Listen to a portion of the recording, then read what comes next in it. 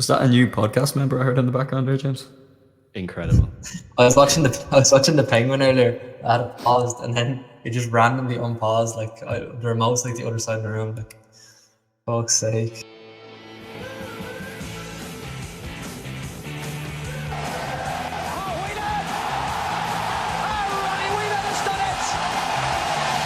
I think he's a total spoofer. What should be a spoofer? This is bullshit. Wolves coming back from an offside position, but Shane Long was definitely onside. Shane Long has done it! I'm going to enjoy tonight. And you should as well. Thanks very much. Well done. Bye. Unless he's breastfeeding, he should be alright. The Premier Division title race hots up, a positive weekend for Irish involvement, and Matt Doherty is Matt Doherty. Hello, and you are very welcome to the Ireland Radar podcast. I'm Joseph Murray, and I am joined once again by James French and Dylan Hudson. We've got plenty to get through this week as League of Ireland Premier Division race was whittled down to just 4 teams. Evan Ferguson made his first start of the season and several Irish internationals impressed in the championship. But lads, before we get into the nitty gritty, how are things? Yeah, Joe, I'm good. I think it was a pretty decent weekend for Premier League action. It was good to see some players back. I think Evan Ferguson making his first start is hopefully, or first start of the season is hopefully a sign of things to come. But really hotting up now in the League of Ireland title race. The next 2 games, I'm really looking forward to that, to seeing how it's going to end. And as we were with the last couple of podcasts, I still don't really have a clue what way that's going to go for the end of the season. Yeah, absolutely. And just to run you through the results as it was a few days ago at this point, to start the weekend off on the Friday night, St. Pat's knocked out Galway United and ended their title aspirations by beating them 2-1 in Inchicore. Shelbourne beat Waterford 3-1 to keep alive their title hopes and keep them firmly atop the Premier Division. Dundalk were relegated with a 2-0 defeat to Derry City, which kept Derry City's very much in the title race, and Drogheda lost out 1-0 to Shamrock Rovers, who are also still in the title race. I'm sensing a bit of a pattern here. And then on Saturday as well, Bohemians defeated Sligo Rovers 2-0, which threw their European hopes in doubt. But I think the main talking point, although the title race is absolutely bonkers, is obviously Dundalk. Thinking of how much success they've had in the past decade, to go from that to relegation with what's pretty much a whimper. I feel like it was almost confirmed a few weeks ago at this stage, given how bad things have been on and off the pitch for them in recent months. It is quite the fall from grace, guys. In particular, in kind of the League of Ireland, with just a lot of the top teams kind of reliance on European money. If you don't get European football for a couple of years, Irish teams don't generate a lot of money from sales. It's ridiculous how much money our teams are getting for their best players. I'll give you an example, Gavin Malloy, who was starring for Aberdeen this season, made a mistake in Celtic at the weekend, but was pretty solid for a majority of that game.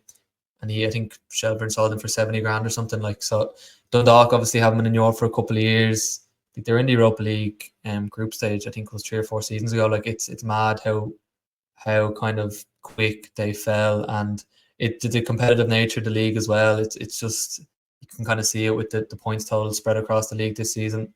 It's just really, really competitive, and you can drop down to the second tier very easily. I think the gap between the top teams and the teams getting promoted is kind of weird, because the Premier League, it's getting bigger, and then in the Irish League, obviously, prize money, it seems to be getting smaller. You see how well Waterford and Galway are doing this season. And listen, it's very disappointing to see. There was obviously some trouble, I think, in the crowd as well, with the old owners and the new owners. Bit of clashes and stuff. It's never nice to see for a kind of a community club like Dundalk, who've had so much success over recent years, and they'll obviously drop down to the second tier. But it's not over for them. They could easily very much bounce back.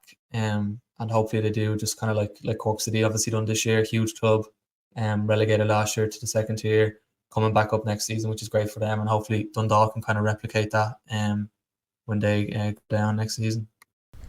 Yeah, it still feels kind of mad. I think over the last decade, Dundalk were the team in the League of Ireland. You bring up the European factors. They only played Arsenal, I think, in 2020 in the Europa League, and of course most people remember that. But I think they're the only Irish team to ever have reached the Europa League twice, or the group stage twice. So they obviously had that success in Europe, but that was not capitalised on. They got into this situation mainly because of poor ownership. the FAI is involved there too. You know, there wasn't proper financial checks of when the new owner came in a few months back before their recent takeover, and just let an ownership go through that probably shouldn't have. But even before that, you know, they've 5 titles, 3 FAI Cups in the space of 7 seasons. Like, this shouldn't be happening to such a, you know, giant in the Irish pyramid. But I think it is just a sign of how turbulent things can become. And of course, when you're in a league where there's not massive TV revenues, you're always going to be in danger when things start to go wrong. I think when they were in Europe, they weren't able to get revenues from Oriel Park because they had to play their games away from home, and then but even the money that they did make, you know, they didn't capitalize on it. Their facilities are still really, really poor, maybe some of the worst in the league, if not the worst. You know, there are so many people talking about how run down the stadium is, and luckily there is going to be investment in that, but I think this is a case where financially they were let down there. You know, their last 3 seasons was, what did they finish, 5th, 3rd and 6th, so maybe this has slowly been happening for a while, but it is kind of a stain on what has been a great league season to see such a team go down so quickly. Yeah, absolutely. A huge disappointment for all involved in Dundalk, and obviously seeing a team fall the way they have and struggle so much like they have on and off the pitch isn't nice to see. So we do sincerely wish them all the best in that regard. But if we look at a man who was so involved in Dundalk and led them to some of their best days as well, Stephen Kenny, he's gone to St. Pat's, and to say that they have gone from strength to strength since their European exploits would be an understatement. 7 wins on the bounce now, capped off by their 2-1 victory against Galway United on Friday night, and it's safe to say that they're firmly in the title race. They're 4 points off Shelbourne at the top of the table at the moment, but given their winning run, you can't count them out by any means whatsoever. And if you look ahead to their next games now, they've got Derry City, which I think, honestly, I would nearly stick my neck out and say that could nearly decide, you know, both of their fates pretty much in the title race. And then on the last day of the season, away to Sligo Rovers as well. Lads, I know we ask this question every week, but like, where do you see it going? Do you think St. Pat's now have a really good chance of maybe knocking Shelbourne off? I know Shelbourne did win and their form has picked up as a result of that, but St. Pat's, like, you look at their form guide and it's all green. That's got to be a massive boon for them going into the last 2 games of the season. Firstly, I kind of think I've seen a stat with Pats that after 23 games in the season, they were 19 points off Shelbourne, who were obviously top of the table.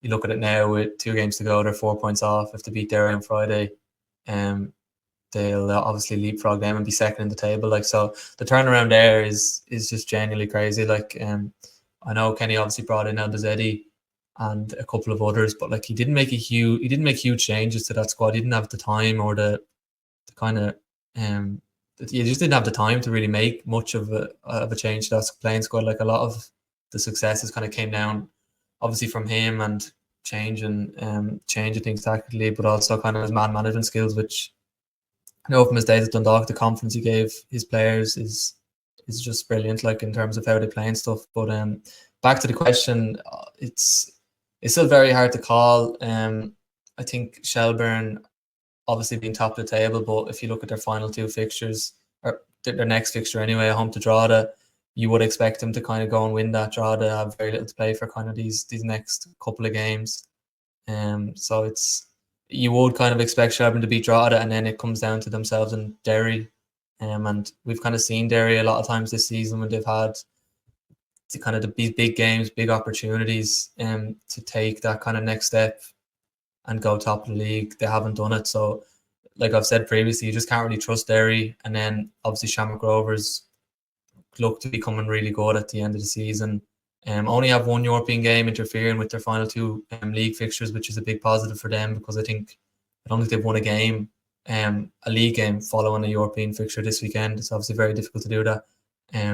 But it's definitely just still up in the air, and it's kind of regardless who wins. I think obviously for the neutrals it'd be better if it was Derry or Shelbourne, but regardless of whoever kind of becomes champions, it's just great for the league. I think you've seen the huge interest levels in these last couple of weeks rise, just kind of with the title race and even the European race, and Stephen Kenny managing Pats. It's all just great to kind of build the interest in the league. Myself, I think I do have a feeling Shelbourne will finish finish the job off. I don't know if that's just based on me, me kind of love of Damien Duff or just notions. I don't know, but I would like to kind of believe that Shelbourne can kind of finish it out, especially after getting that win in the last one, because that was a huge win for them. I think they hadn't won in 9 games or 10 games. That was a huge kind of to get the monkey off the back and get that win and draw that home on Friday. I think they can win the league if other results go their way. It's unlikely, but I'm just gonna kind of going back Shelbourne just because of my love for Damien Duff. I think I might have to agree with James on that one, even if you do say you are full of notions, and you're right on that. But you look at their Shells as the last 2 games, Drogheda, of course, they have something to fight for, but you'd imagine, especially with Shells getting that win that they so desperately needed, they're going to go into that one with a lot of confidence, and then they go to the Derry game. But if Shelbourne win, then St. Pat's can't catch them for the rest of the season. So I think it's just been a bit too late for them. But even cast your eye back to a couple of weeks ago when St. Pat's were playing in Europe, the talk was that they were doing very well in Europe, but they wouldn't be in the position next season. Well, they're in the top 4 now. If the cup goes away in their favour, then they'll be in position to get European football. So I think Kenny should be very proud that they're in European positions. And of course, I think their run of form, as you say, that the 7 wins on the trot is going to put them in a very favourable position going into next season. The Shells and Derry game at the end of the season could be very interesting and can honestly be one of the biggest games that we've seen in the League of Ireland in such a long time. And then even Shamrock Rovers, look, they probably need Shells to drop points in their next game, but on 55 points with games against Dundalk and Waterford, I'd probably back Shamrock Rovers to get 6 points out of that. But if you ask me, I think Shells will probably beat Drogheda, and from there it'll be hard to see them to lose it from there. Yeah, perhaps the most entertaining and most kind of run of our League of Ireland fixtures on the one night. So many storylines on show, and just so much on the line, which I don't think has been the case in the League of Ireland for a long time. In terms of Dundalk only relegated, I think last week. European place is still up for grabs. League title's still there between probably 4 teams. Even though Pats are probably a bit less of a chance than the other 3, but it's just been an unbelievable season, and I think the last 2 games are going to be even more exciting, which is just brilliant to see for the league. Yeah, absolutely. I think it's so hard to call, and I think that's one of the most obvious things I could probably say in relation to the title race and overall the European race as well, because in theory there's still at least 5 teams that could be getting 4, if not 3 places at the end of the season. So really difficult to call. I do like the look of Pats. I think, as I've said earlier, they've gone from strength to strength under Stephen Kenny. And I think we need to also give a word for their attacking talent, particularly the youngsters. Mason Melia, obviously just 17 years of age, is very much part of the first team setup now. And obviously Michael Noonan as well, who's, he's made it when Fabrizio Romano was talking about him. And obviously he's been linked with a move to Manchester City. At the moment, St. Pat's have rebuffed any offers that's come their way. But a massive testament to the youth setup at St. Pat's, and particularly in attacking areas that the likes of Manchester City are interested in their players. And obviously Mason Melia as well has had plenty of interest from across the pond. Was it $500,000 that was bid for him? $500,000. I've seen somewhere was $500,000. Yeah. Yeah. So when you think about that, I mean, the amount of money that it can generate for St. Pat's, and also just like we say, the way it can kind of kick on their youth team. And when you compare it to, say, Dundalk as well, that's kind of, you'd hope that that's where that money is kind of going to go. But yeah, like we say, a massive testament to the youth facilities at St. Pat's and just the way that they are bringing players into the first team. And now we move on to On the Radar, the part of Irish football that will maybe be at the top of your mind as we end the weekend. And obviously, Evan Ferguson making his first start of the season for Brighton has to be on the tip of everyone's tongue. It's great to see that he is back in the setup, and with the injury to Danny Welbeck as well, obviously bad news for Brighton fans, but for Irish football fans, probably fair to say that it is great news. Also, if we look at the former Brighton striker Aaron Connolly, he spoke very candidly last week as well. He's recently signed for Sunderland, and he sat down for an in-house interview where he gave a very transparent interview about his alcohol addiction. He said he sought out professional help during the summer, also admitting that during games he would often find himself thinking about going out for a drink afterwards, but now says he feels like he's a youngster who burst onto the scene in 2019 all over again. We'll just have a quick listen to a clip from that interview. I used to look forward to the games finishing so I could have time to go and have a drink, go and socialise. Socialise, I say. It was an excuse to go and get drunk, to go straight to alcohol, and that was where I got my buzz from. Whereas before, it was always the buzz of football and the buzz of being around an environment like I am now and feeling the way I am now, excited to play football. So that's Aaron Connolly speaking very honestly there, and we all obviously commend him for that interview and the ability to open up like he did in a space where it's not always easy to open up like that. Lads, I'm sure we all wish him well, and of course, you know, we want him to kick on and obviously do his best as he can to get back into the Irish setup, because he was such a talent when he did break through. But initially, what do you think of the interview, and what would your hopes be for Aaron Connolly now going forward? I think it's a real kind of warning of the pressures on younger players in football. Like I watched the whole interview and read back on it again, and he says in it that he moved to England when he was 15, and you know, then he had nobody watching over him, no one looking over him, and you know, to have that much pressure when he broke into the Brighton team, especially, you know, the debut against Spurs, it's kind of like you never realise when you're watching, these players are so young and things can go so wrong. It's great to see him talking about this, you know, and getting his career back on track. I think for him at the moment, the Championship is a great place for him. You know, his game time last season, the 30 games he got for Hull City where he scored 8 goals, that was actually the most appearances he's ever made in a league season. You know, he hasn't had anything close to that since 2021 when he was with Middlesbrough, and he played 21 games then. I think he only scored something like 2 goals, but I think Championship's a good level for him to get back on track. It'd be great to see him back in the national team setup sometime in the future. To be honest, I don't see who he replaces at the moment, but hopefully he can make a name for himself, or make a kind of play for himself. But you know, there's one thing, he's always given his all for the national team. He's one of those players who gave 100%, you know, which can be maybe not said about others like Matt Doherty, like we mentioned at the top of the show, but I think that's enough about him. But yeah, like, it'd just be fantastic to see him playing his football again, hopefully enjoying the season, and look, it's great news. Yeah, obviously Aaron, like, still is like a player, a huge talent, like, and I think Dylan's kind of spot on that the pressure that these young guys are kind of getting, particularly I think in the Premier League, the worldwide attention on it. I think ourselves as well, like even when Parrott was coming through, I'd because of kind of the doldrums Irish football was in, heaped a lot of pressure on those two guys. Even Ferguson now, like, you seen the reaction when if he doesn't score for another game, like, the guy's just turned 20, like, it's ridiculous the amount of pressure that is being put on these young guys. And I think Aaron was really, really brave in speaking out, like, speaking out obviously about his addiction and stuff, and it's really good to see that he's got the help he's needed. I think one of the quotes that kind of was interesting here, obviously, was, I think he said that anyone who kind of says that the attention they're getting, they're not enjoying it, is lying, like. And I think you just kind of want to be wary, in particular with just, even as Irish fans and Irish football fans, the pressure you put on, there's always kind of a next hope. I think Ferguson's that now, and you don't want to just put ridiculous amount of pressure on him too soon. And I'm not saying it's kind of solely pressure that's got the Ferguson. There's obviously other factors as injuries and stuff, but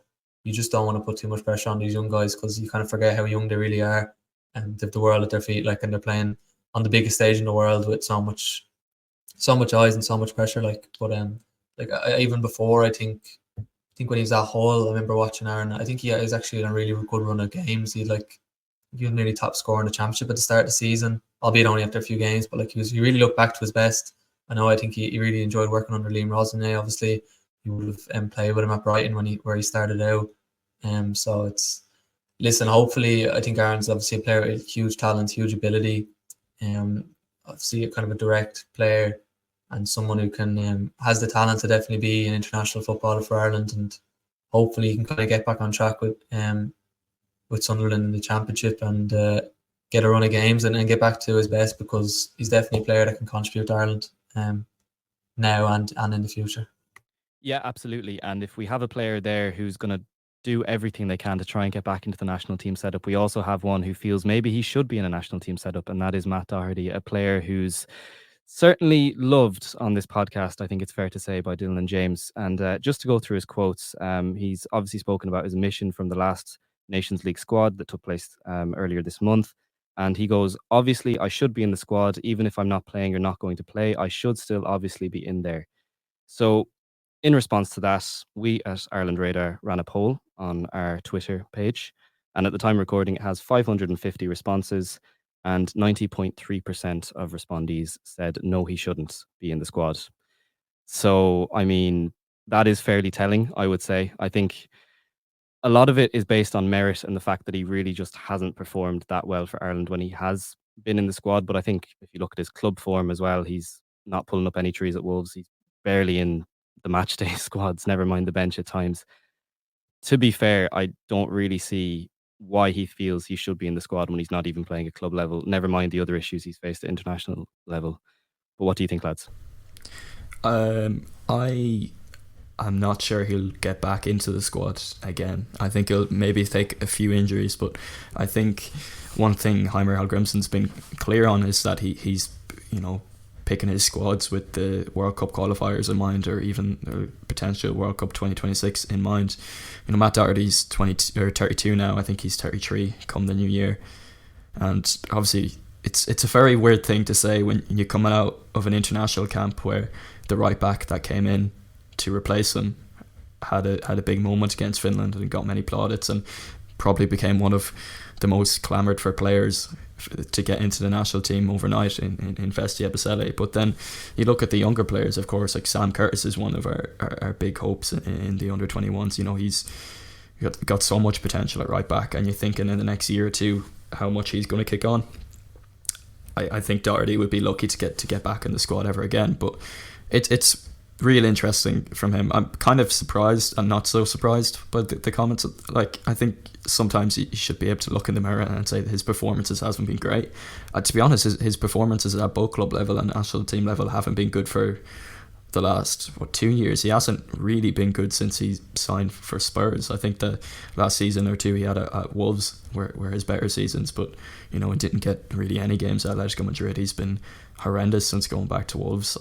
I don't know where he's getting.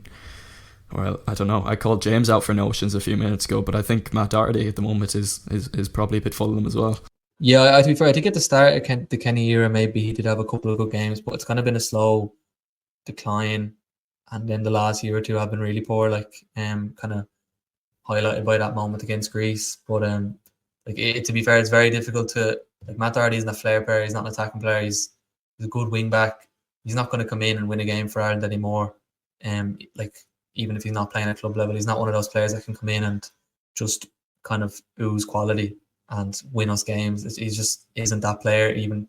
And because he's not playing at club level, it makes it very difficult for him to contribute to a really high level in international games, which is obviously a step up kind of from not playing any football at all. So as I was saying, I just kind of think there's a bit of kind of a, not an arrogance, but an opinion that maybe once I get in the Ireland squad, I'm here for the next 10 years and I can't be taken out. That kind of seems to be that from a couple of players. Even James McLean was a brilliant servant to the country, had a couple of really good moments. Never declined the call up, and I have loads of time for James. But even when he made that move to Wrexham, playing League Two football, and he was still expected to be called up, it is just a bit it's a bit frustrating when you see players with that kind of attitude, that they kind of expect to be called up even when they're playing at a really low level or they're not playing at all. And maybe it's because Ireland, they're thinking Ireland's not we're not an elite football nation, but we're not Gibraltar either. If you're not playing for your clubs, and if there's a player in your position that maybe like Ebiseli playing the championship, probably not a great deal between himself and Doherty, then you're just not going to get called up. And I think the comments he made today, pretty snide and probably not really going to help his case in getting back into the Ireland squad. I'd say Heimer probably looked at the quotes and kind of was probably pretty disappointed. I know he's obviously a very experienced player in this squad and expects to be in every squad, whether that's true or not. Obviously, some people would say he isn't, but that's his opinion. But to kind of come out in public, express that opinion that I should be in the squad, and maybe say I believe I should be in the squad. I believe I have the quality, like, but don't. I think he's kind of fueled the kind of hate towards him rather than kind of trying to cool it down. And I think looking to the next squad, I'd be surprised if Heimer has him in there after his comments. I think Heimer dropped him to give him a kick up the hole, really, and not to come out and and be sulking about it, but to instead like work on himself and really try and get back in the squad, which is, doesn't look like what he's getting the reaction that he wanted to. But like, even bring in the competition, that squad, he wasn't called up, but that was a squad without Seamus Coleman. I know we said that he's probably building towards the next World Cup squad, but at the same time, Seamus Coleman is your captain, and you're probably not going to drop him. And then, Dara O'Shea is seen as probably a right back option now. Obviously, we said you got Fessi Ebsele. He used Amabama Dele there for portions of the home Greece game. And then you've got the likes of maybe like Jimmy Dunn, who's not even being called up, but he can also play at right back and has done for QPR for spells of this season and last season. There's a lot of players who can come in ahead of Doherty, and to be honest, I don't think we should be expecting to see him called up anytime soon. Yeah, absolutely. But if we flip on to a more positive bit of news from the weekend, Caoimhín Kelleher was back between the sticks for Liverpool and making his 50th appearance for the club in what was a 2-1 victory over Chelsea. Dylan, you were tuned in for that game. What did you think of his performance overall? I actually thought he was a bit shakier than usual, but I think that's maybe coming back against the mistake that he made towards the end of Greece. I think also that might just be me nitpicking. I think at this stage, I don't see Kelleher as a number 2 goalkeeper. I see someone that is absolutely good enough to play at that level. I know a lot of Liverpool fans coming into that game just, kind of shrugged their shoulders at seeing Kelleher play and Alisson injured. And a game as big as Chelsea, obviously that was Liverpool's biggest game so far this season, and nobody had any complaints when him being in goals. Kelleher has got so much respect from the Liverpool fan base, and it's great that he's able to come in for that for games and not be too much of a hindrance for Liverpool. It's his 50th game. I think he's going to have a couple more games now before Alisson comes back from injury, but he absolutely, at this stage, every game he's playing now is for a transfer. I think after the last window, he's probably way more fed up than usual with his number 2 position. It's interesting. I know that the teams didn't come in for him. Obviously, Chelsea spent a lot of money on goalkeepers, but I'm of the personal opinion that Kelleher is a far better option than anyone that even the likes of a team as strong as Chelsea have in goals. Now that might come from me. I'm not a big fan of Robert Sanchez. I don't think he's a good goalkeeper, but I look at that game and it's like, surely you'd prefer to have Kelleher in goals. Of course, it's a very biased opinion. There's no getting away with that, but it is quite surprising that no teams that have come in for him yet, and hopefully maybe it's going to be different in January. But yeah, I think he's going to be playing for a transfer with the rest of his appearances this season, so there's going to be a lot of pressure under him. What's the kind of take on Kelleher from a Liverpool fans' perspective? Like, is there kind of like a common opinion that he will be gone this summer? Is there a future for him at Liverpool? Like, I'm not really kind of aware what like Liverpool fans think of him. Towards the end of last season, kind of when there was rumours of Alisson kind of going off to Saudi before the Mamardashvili thing, I would say that most of the Liverpool fans that I keep in circles around would be absolutely very happy for Kelleher to slot in and become number 1. He is well loved around Liverpool. He's like, the fans want to see a lot of money, get a lot of money for him. They don't really particularly want to lose him, but I think at the same time there's a 50-50 split of wanting to keep him and want to see what's best for his career, especially because he's been at the club since he was 17. But that valuation that Liverpool put on him was very high for a goalkeeper who's, again, only making his 50th senior appearance at 25 or 26. But I don't see many Liverpool fans saying that they'd sell him on the cheap. I think they want a lot of money for him because he's not easy to replace, and I don't know. It's hard to know what they think of the whole situation. I think it'd be very difficult for him to kind of really, after being a number 2 for so many years, actually kind of convince I don't know if they need much convincing, but kind of appease the fans after getting rid of one of the best keepers in the world, that he can step up and be the number 1. Like, I think very rarely you see at big clubs that actually does happen. Like, it's normally always not a big name, but maybe a big fee spent on a keeper that's brought in to replace a long serving keeper that's going out to the other door. Like rarely it is kind of a second choice keeper, so it definitely does look like he will be out the door in the summer, as I said. Like, well, you see the thing with Mamardashvili coming in, I think his future is just gone. There's no way he can stay and become number one at the club unless he wants to test himself. It definitely could happen. I think Kelleher is good enough, but I don't think it will. I don't think he's going to want to stick around and go into competition against a goalkeeper when he sat on the bench so long. I think he wants to go and play games now.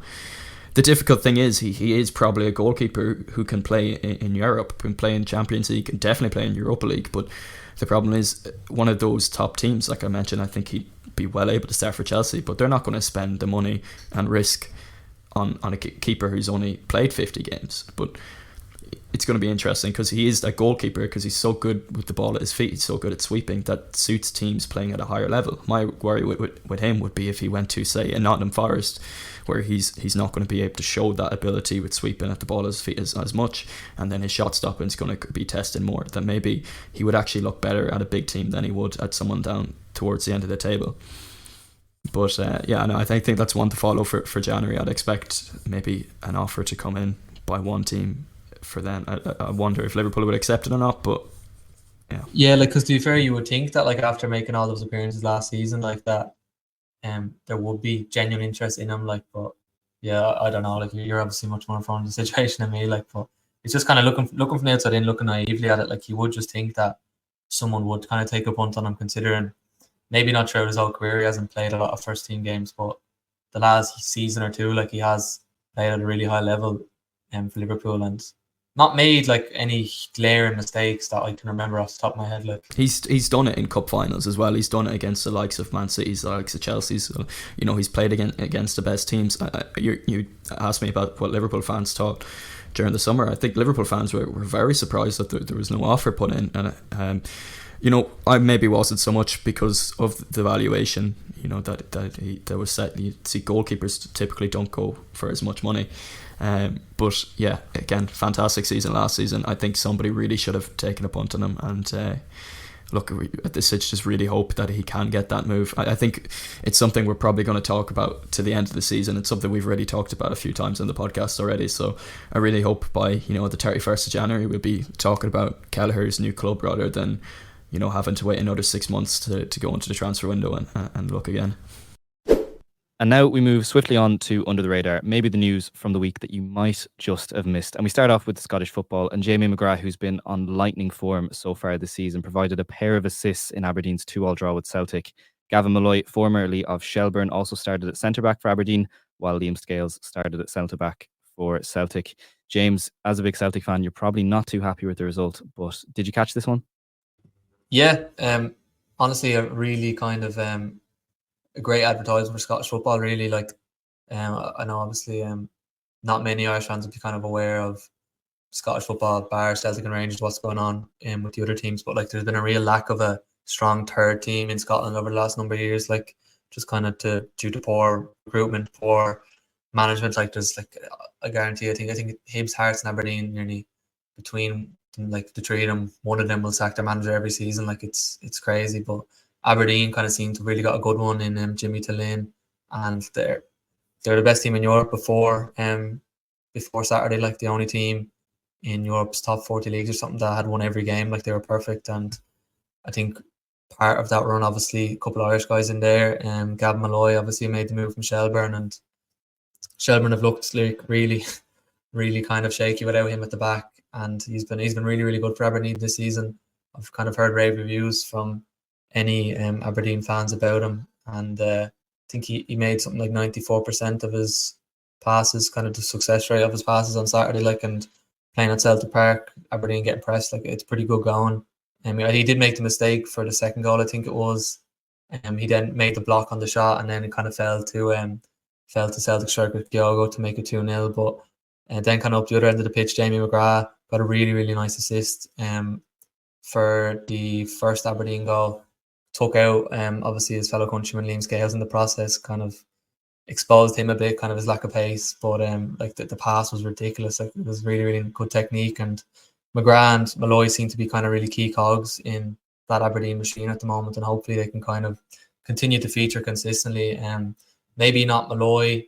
In terms of like an Ireland shout up, I think Malloy is probably a bit off that at the minute. Obviously, only his first season outside of Irish football, and like our centre half options are kind of ridiculous. Like, we've like a ridiculous amount of options in Championship and Premier League at centre half. But like McGrath, obviously in the last squad, can't remember if he was used. Maybe come on in the last few minutes. I think against Greece or Finland, but I think obviously Finn Azaz started over him in that position. I think, considering I don't think Finn Azaz has been in ridiculous form for a little bit this season, but McGrath has been like really, really good. Couple of goal contributions. I think probably deserves, if you can keep this form up and Aberdeen kind of keep playing well, he probably does deserve to have more minutes in the next international break next month. And then just a shout out to Kari and Daba as well, at Kilmarnock, who been on loan from Ipswich over the last 5 seasons, was on loan at Kilmarnock last year and got a permanent move there. And they beat Rangers 1-0 at the weekend, which is always great to see. So shout out to him as well. Yeah, that's kind of the roundup from Scotland, Irish players wise anyway. Spot on. And we'll move on to some of the Championship action. Obviously, Alan Brown and Aaron Connolly were involved in Sunderland's 1-0 victory over Connolly's former club, Hull City, and that put them top of the Championship. So great to see a proper Barclays team doing so well in the Championship. If we look at Jason Knight as well, he provided 2 assists for Bristol City, playing as an advanced midfielder. He was also a man-of-the-match contender in their 2-0 win over Finn Azaz's Middlesbrough. It's an interesting one, and possibly one we can look at in future podcasts more so when we have a bit more time. But Jason Knight playing in that advanced midfield role, it's obviously a little bit different to what he's done or what we're accustomed to seeing him do for Ireland. So certainly one for debate. Should Ireland be utilising him as a more advanced midfielder and maybe putting him in competition with the likes of Finn Azaz going forward? But elsewhere, Robbie Brady continued his renaissance by registering an assist in Preston's 1-0 victory against Coventry, and he could soon have competition for his place in the Irish team as Ryan Manning started and assisted a goal for Southampton in their defeat to Leicester. Ryan Manning, who hasn't been involved in the Irish squad and obviously has been a player who's always created some kind of debate around whether he should or shouldn't be involved in the Irish setup. So that's certainly one to look at going forward. And then in the niche corner as well, Luke O'Donnell made his debut for the Wolves under-18s after his long-awaited transfer from Derry City. So he's certainly a new one to follow for all of those who are interested in underage Irish football. And also a mention too for Jack Henry Francis, who has been absolute silk in midfield for Sligo Rovers in recent weeks. Personally, I watched him against Derry City last week and he was incredible. So he's playing for the under-19s at the moment. He's currently with Arsenal and he will be involved in the next Ireland under-21s campaign. So he is certainly one to keep an eye on. But yeah, that's all for now. We move on to the lowdown. Just to wrap things up, we've already mentioned a lot of the Irish goal involvements, but there were some other semi-positive news. In terms of Premier League involvement, Jack Taylor, Sammy Smoddix and Dara O'Shea all saw minutes for Ipswich against Everton. Nathan Collins started in Brentford's 2-1 defeat against Man United. Obviously, Manning started for Southampton against Leicester, and Evan Ferguson started for Brighton in their win against Newcastle. In the Championship, Callum Robinson scored in Cardiff's 5-0 thrashing of Plymouth, and Enna Stevens provided an assist in Stoke's draw with Norwich. And then the under-21s as well, obviously they suffered that disappointment in not making the European Championships last week. But plenty of them were involved. Andrew Moore and Marco Mahoney, Sam Curtis, Rocco Vata, Sinclair Armstrong, Sean Rowan, and obviously Anselmo Garcia McNulty in the Eredivisie as well were among those who saw minutes this weekend. So there's a lot of names there, a lot of action, a lot of involvements. We'll briefly touch on the 21s just to touch on the disappointment. I know it was a little bit a while ago, but James, obviously you're heavily interested in that. Disappointment, but also signs of positivity for the future. Yeah, I think, to be fair to Jim Crawford, like I think he got a spot on in almost every qualifier that they faced, and every team they faced in the campaign. Like I've seen something like if every game finished, if every game stopped at 88 minutes, they would have topped the group. Like I know that's kind of a needless stat, but it kind of just tells the tale of just a bit of naivety, conceding late goals, not being switched on the last couple of minutes. Those are all kind of things that hopefully they can kind of iron out in the coming years as they develop. And yeah, listen, obviously with the Italy game, I thought it was probably one of the best away performances I've seen from an Irish team in a very long time. Like, I think they obviously needing to win the game probably helped them to be aggressive, but rarely I've seen an Irish team go and play the likes of Italy. Even the Norway and Turkey games, they probably weren't as aggressive they would have liked. I've rarely seen Ireland team go to a country that maybe has better technical players and really takes the game to them. They were unlucky not to get the win in the end there. Kind of wrap it up, just looking to the future, a number of those players are eligible for the next campaign. The likes of Marco Mann, who's starting Championship now, Rocco Vada, who's obviously playing for Watford. So like Sam Curtis as well, I think is eligible, but he might be in the senior squad by the time that campaign comes around. But there's a number of guys eligible for the next campaign. Loads of hugely talented 19s, like, so it's not a disappointment qualification wise, but there definitely is hope for the future. I know the high regard in which you're held and the respect people have for you, including kids who are wondering why the toy man is being in the news so much. I want them to be happy and hopeful and proud to be Irish. Really. Well, that's exactly. I'd like to add, people have families. Yeah. My relationship with the children of Ireland is so important to me. I know that sounds grandiose, but actually it is. I've never seen anything like it. My name has been desperately sullied.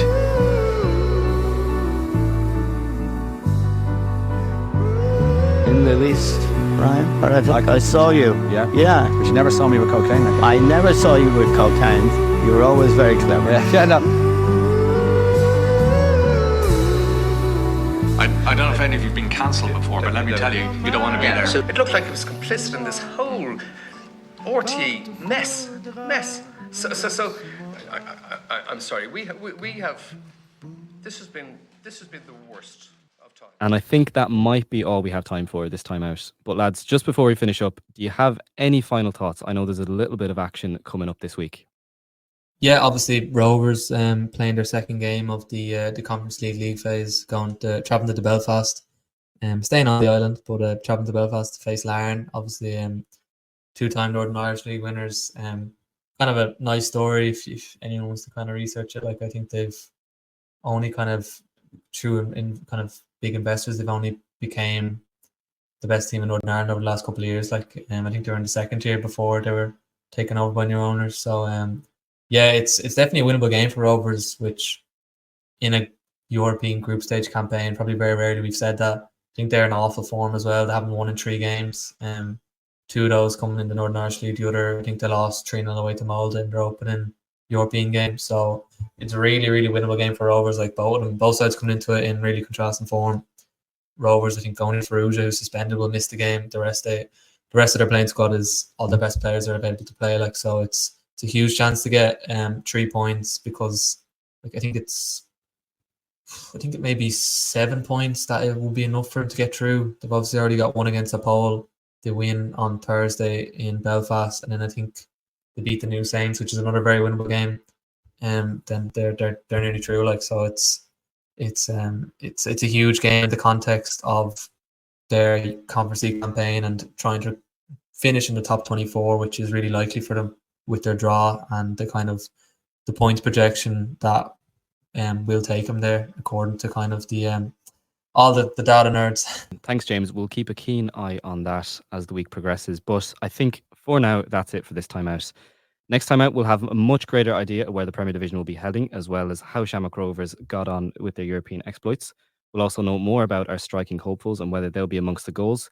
But until then, if you haven't, make sure to subscribe to the Ireland Radar podcast and drop us a review wherever you do listen to us. And make sure to reach out to us on social media with your thoughts, as our DMs are always open.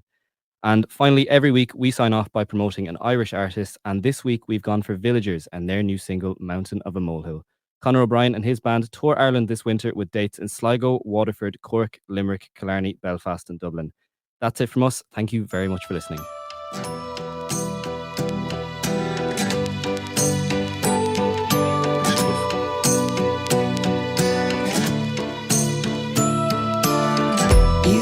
On kicking up for attention, and you've been making a mountain all out of a molehill.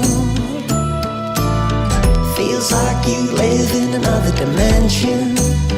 You've been making a mountain all out of a molehill. And you got the blinkers on, those heady days have been and gone. It's all enough to drive us round the bend.